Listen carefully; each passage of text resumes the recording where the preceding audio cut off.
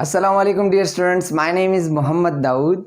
D और F block elements में आज हम डिस्कस करेंगे electronic structure of D block elements या electronic structure of transition elements. D block मैंने इसलिए लिखा हुआ है क्योंकि इसमें हम जिंक, कैडमियम और मरकरी इन चीज़ों के भी इलेक्ट्रॉनिक कन्फिगुरेशन को डिस्कस करेंगे।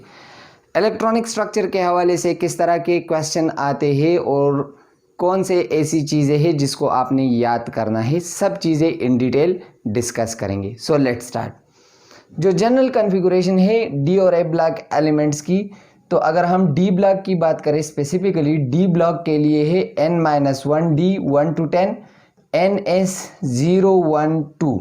रिमेंबर, अक्सर बुक्स में लिखा होता है ns12, लेकिन इसमें एक एक्सेप्शन भी है जिसमें ज़ीरो इलेक्ट्रॉन भी आते हैं, वो पैलेडियम के केस में, उसको भी डिस्कस करेंगे। तो ns0 1 और 2 ये कन्फिगुरेशन ही ये आपने याद रखनी है। अब इसका मतलब क्या है? फॉर एग्जांपल, ट्रांजिशन एलिमेंट का जो पहला मेंबर है वो है स्कैंडियम। स्कैंडियम एटॉमिक नंबर 21, तो इसकी कन्फिगुरेशन क्या है? 1s2 2s2 2p6 3s2 3p6 4s2 3d1। अब इलेक्ट्रॉनिक कन्फिगुरेशन को आप लोग समझ रहे होंगे कि इस तरह अब प्रिंसिपल के मुताबिक हम फिलिंग करते हैं। n+l रूल के मुताबिक पहला इलेक्ट्रॉन वो 1s में जाएगा, फिर दूसरा भी 1s में, फिर इसके बाद 2s की फिलिंग होगी 2p, फिर 3s, फिर 3p 4s, फिर 3d और 4p एंड सो ऑन, इस तरह। तो यहाँ पर देखिए, पहले 1s में, फिर 2s में, फिर 2p, फिर इसके बाद 3s है, 3p है, 4s और इसके बाद 3d की बारी आती है। तो इस तरह हम कन्फिगुरेशन करते हैं। अब यहाँ पर देखिए, स्कैंडियम के लिए n की वैल्यू जो प्रिंसिपल क्वांटम नंबर है, आउटर मोस्ट शेल जो होता है वो 4 है। तो इसका मतलब है इसका n 4 है। इसका n-1 d कौन सा होगा? n-1 4-1, तो 4-1 का मतलब है 3d होगा।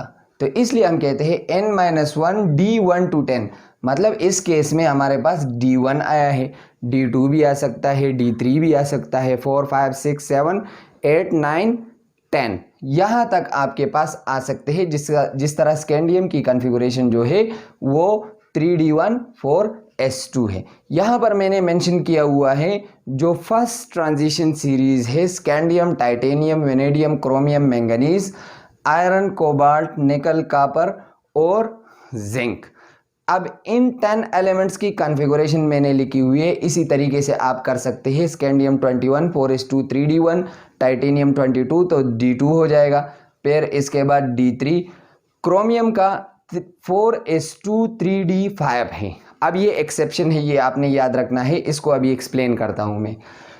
मैंगनीज का 4s2 3d5, इस तरह आयरन का 4s2 3d6, सिमिलरली कोबाल्ट का 4s2 3d7, निकल का 4s2 3d8। अब एक और एक्सेप्शन यहाँ पर आ जाती है, अगरचे ये होना चाहिए था 4s2 3d9, लेकिन ये आ गया है 4s1 3d10।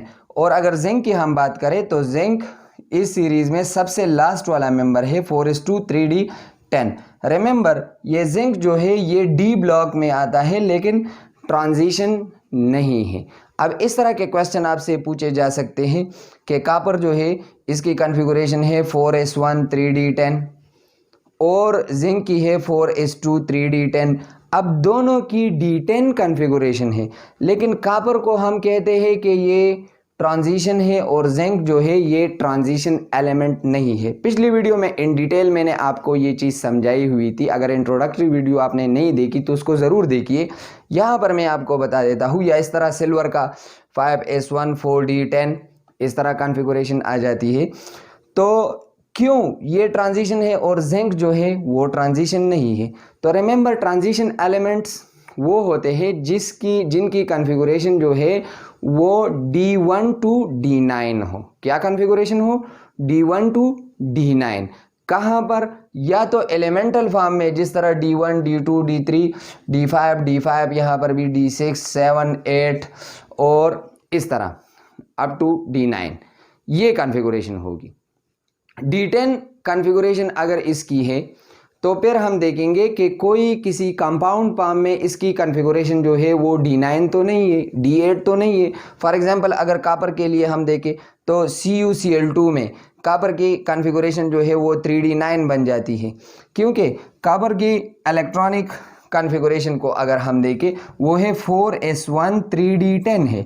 अब कॉपर ने दो बाड यहाँ पर बनाए हुए हैं, मतलब ये दो इलेक्ट्रॉन यूज़ करेगा। अब दो इलेक्ट्रॉन एक s वाला यूज़ करेगा, एक d वाला, तो इसकी कॉन्फ़िगरेशन जो है वो 3d9 बन जाती है। तो इस केस में ट्रांजिशन एलिमेंट्स वही होते हैं जिनकी इलेक्ट्रॉनिक कॉन्फ़िगरेशन वो क्या हो, D1 to D9 हो, या एलिमेंटल फॉर्म में या फिर किसी भी दूसरे ऑक्सीडेशन स्टेट में। तो इस वजह से इस तरह सिल्वर के लिए भी यही बात है AgCl2 में। और जिंक जो है, जिंक कभी भी +2 ऑक्सीडेशन स्टेट के अलावा आपको किसी भी कंपाउंड में नहीं मिलेगा। अब अगर जिंक +2 में चला जाता है तो इसका मतलब ये है कि ये 2 इलेक्ट्रॉन लॉस करेगा, फिर भी इसका D10 जो है वो कंप्लीट होगा, डी सबशेल इसका कंप्लीट होगा। इस वजह से हम कहते हैं कि जिंक जो है अगरचे इसके D10 है और कॉपर और सिल्वर की भी D10 कॉन्फ़िगरेशन है, लेकिन फिर भी जिंक ट्रांजिशन नहीं है और कॉपर और सिल्वर जो है ये ट्रांजिशन है। ये क्वेश्चन आपसे इलेक्ट्रॉनिक कॉन्फ़िगरेशन के साथ रिलेटेड है, ये पूछ सकते हैं। अब इससे रिलेटेड किस तरह के क्वेश्चन जो है वो आप एक्सपेक्ट कर सकते हो। एक तो यहाँ पर मैंने छोटी सी स्केच बनाई हुई है कि जो फर्स्ट ट्रांजिशन सीरीज़ है, पहला जो ट्रांजिशन सीरीज़ है वो 4th पीरियड से स्टार्ट होता है। 4th पीरियड का मतलब है इसकी जो प्रिंसिपल क्वांटम नंबर है वो 4 है। जिस तरह यहाँ पर मैंने आपको बात समझाई कि n = 4 स्कैंडियम टाइटेनियम सब के लिए 4 है, देख रहे हैं आप। तो 4th पीरियड में है तो मतलब प्रिंसिपल क्वांटम नंबर इसका 4 है। लेकिन फिलिंग कौन से इलेक्ट्रॉन की होती है, कौन से सबशेल की होती है, इलेक्ट्रॉन फिलिंग कहाँ पर होती है, 3d में होती है। सिमिलरली 5th पीरियड जो है उससे सेकंड ट्रांजिशन सीरीज, ये फर्स्ट ट्रांजिशन सीरीज है, ये सेकंड है, ये थर्ड है और ये फोर्थ है। तो 4 उसमें 3d फिलिंग में होता है, 5th 4d, 6 5d, 7 6d, इस तरह होता है। तो इस तरह के MCQs वो आप एक्सपेक्ट कर सकते हो कि कोई एलिमेंट है X जिसमें 3d जो है वो लास्ट इलेक्ट्रॉन उसका 3d1 है या कॉन्फ़िगरेशन इस तरह बोल ले, या 3d2 है, 3d3 है, तो वो कौन से पीरियड से है, तो 4th पीरियड से है, रिमेंबर। या इस तरह आपसे पूछ सकते हैं कि 4th पीरियड में अगर हो तो उसकी डी वाली configuration D1 D2 D3 XYZ, इस तरह के कोई आप इससे एक्सपेक्ट कर सकते हो। रिमेंबर यहाँ पर ये क्रोमियम और कॉपर जो है, अगरचे इसकी कॉन्फ़िगरेशन जो है क्रोमियम की 4s2 3d4 होनी चाहिए थी और कॉपर की 4s2 3d9 होनी चाहिए थी, और ये कॉन्फ़िगरेशन है 4s1 3d5 और कॉपर की है 4s1 3d10। अब क्यों इस तरह है, अब अगर हम d5 या d10 को कंसिडर कर ले जिस तरह ये है, तो d5 वो हाफ फील्ड है और d10 कंप्लीटली फील्ड है। हाफ फील्ड और कंप्लीटली फील्ड ऑर्बिटल जो है वो स्टेबल होते हैं, जबकि यहाँ पर अगर d4 की हम बात करें या d9 की हम बात करें, ये दोनों केसेस में वो पार्शियली फील्ड है। पार्शियली जो फील्ड ऑर्बिटल्स होते हैं ये अनस्टेबल होते हैं as compare to half field.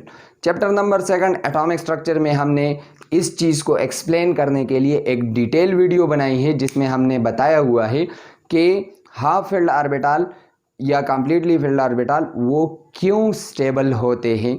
तो अगर वो वीडियो नहीं देखी आपने तो उसके लिंक को मैं डिस्क्रिप्शन में शेयर करता हूँ। यहाँ पर इस चीज़ को मैं और आगे नहीं लेकर जा रहा, लेकिन आपने ये बात याद रखनी है, कॉपर और क्रोमियम का फर्स्ट ट्रांजिशन सीरीज में ये दो जो है वो एक्सेप्शन है। अक्सर एक्सेप्शन में आपसे क्वेश्चन पूछते हैं, या फिर इस तरह के क्वेश्चन आपसे पूछते हैं कि जिंक, कैडमियम और मरकरी, इस हवाले से आपसे क्वेश्चन पूछे जाते हैं। तो रिमेंबर, जिंक, कैडमियम और मरकरी जो है, जिंक जो है वो कहाँ पर है, जिंक यहाँ पर फर्स्ट ट्रांजिशन सीरीज में लास्ट है, कैडमियम सेकंड ट्रांजिशन सीरीज में लास्ट में है, और मरकरी जो है थर्ड ट्रांजिशन सीरीज में लास्ट में है। ये तीनों जो है ये क्या है, ये तीनों डी ब्लॉक है लेकिन ट्रांजिशन नहीं है। समझ में आ गई बात। दूसरी इंपॉर्टेंट पॉइंट ये कि पैलेडियम का अक्सर क्वेश्चन पूछा जाता है। Remember, Palladium is the only element in periodic table having 18 electrons in its outermost shell with the electronic configuration of 4d10 5s0। यहाँ पर ये बात आ जाती है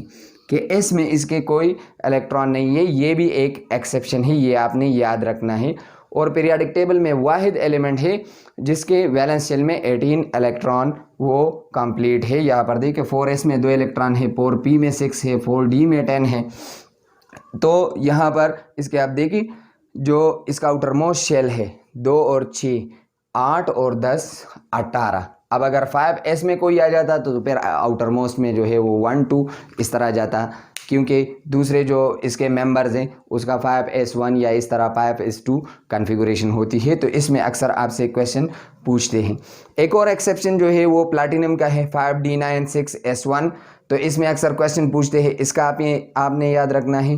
गोल्ड का आपने 5d10 6s1 ये दोनों कॉन्फ़िगरेशन जो है ये भी आपने याद रखनी है। इसके अलावा जो ट्रांजिशन एलिमेंट्स है उसके इलेक्ट्रॉनिक कॉन्फ़िगरेशन का मैं यहाँ पर ये टेबल आपको वो दिखा रहा हूँ। इस टेबल में अगर आप देखें तो बहुत सारे एक्सेप्शन हैं। तो इन एक्सेप्शन से अक्सर क्वेश्चन आते हैं, लेकिन जो एक्सेप्शन मैंने आपको मेंशन किए वो एक्सेप्शन इंतहाई इम्पॉर्टेंट है। I hope you understand these things. इसके अलावा बहुत सारे स्टूडेंट्स जो है आपने अपना वो फीडबैक दे रहे हैं। Thank you very much. आप लोगों का फीडबैक, आप लोगों की राय वो मेरे लिए वो काबिल कदर है। अक्सर स्टूडेंट जो है वो गुस्सा भी हो जाते हैं, इस तरह के कमेंट्स कर देते हैं कि सर आप बहुत लेट अपलोड करते हो। तो एक्चुअली हमारा जो कॉलेज है वो शुरू हो चुकी है क्लासेस, तो वहाँ पर हम जाते हैं और एक वीडियो को जब बनाते हैं तो इसको बहुत सारा टाइम लगता है इसको लिखने में, ये आप देख रहे हैं इस तरह, और इसको फिर शूट करते हैं, शूटिंग के बाद इसको फिर एडिट करते हैं, वहाँ पर बहुत सारा टाइम ये लेता है। फिर इसको अपलोड और इसके लिए थंबनेल और टाइटल और टैग और डिस्क्रिप्शन, तो बहुत सारा टाइम जो है वो ले रहा है। तो फिर भी मेरी ये कोशिश होगी कि वीकली 2 से 3 वीडियोस मैं आपके लिए बनाऊं।